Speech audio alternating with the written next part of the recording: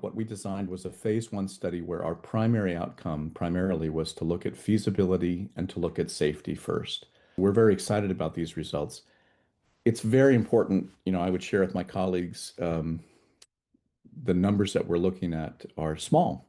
Uh, we've enrolled 6 subjects in the study that I'm going to be citing today, although with plans to enroll a large number more going forward. To the first question, is this feasible? The answer is yes. In every case, in every subject that we enrolled, we were able to successfully obtain their T cells by apheresis. We were able successfully to transduce that cell line using a lentivirus vector so that the patient's own T cells expressed a single chain variable fragment on the surface of the T cell that recognized the CD19 glycoprotein. We enjoyed significant expansion so that we were able to infuse patients either with a one-time dose of either 33 million or 100 million cells. And the reason that we used those 2 different doses is that in working with our FDA here in the US, they insisted on a low and slow approach, or what's called a 3-by-3 design. In essence, they said, try to minimize side effects and potential risks to your consenting subjects. Start with a low dose, in this case, 33 million cells. Watch that one subject extremely closely to make sure they're tolerating things well and there aren't serious adverse events. And if we see evidence of safety, you can proceed slowly. So we ended up in our cohort of 6 subjects to date, as of 2025, with 3 subjects treated with 33 million cells as a one-time infusion and 3 treated with 100 million cells as a one-time infusion.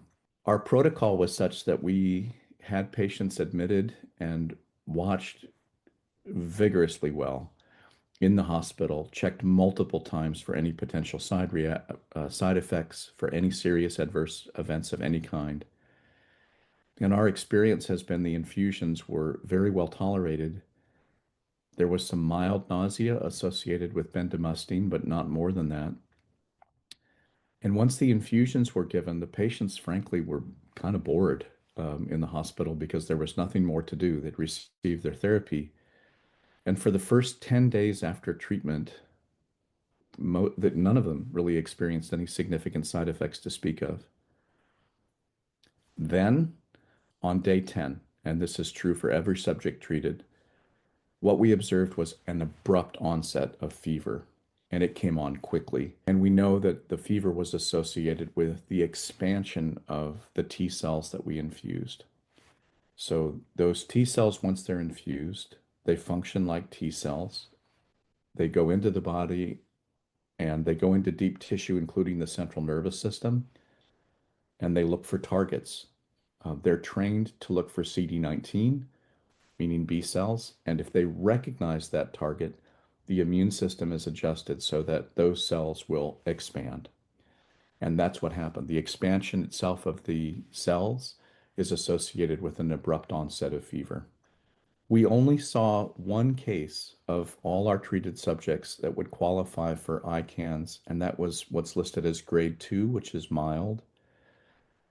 The ICANS is thought to be associated with pro-inflammatory cytokines that are released as the immune system activates, thinking that it's getting ready for a fight against a foreign invader.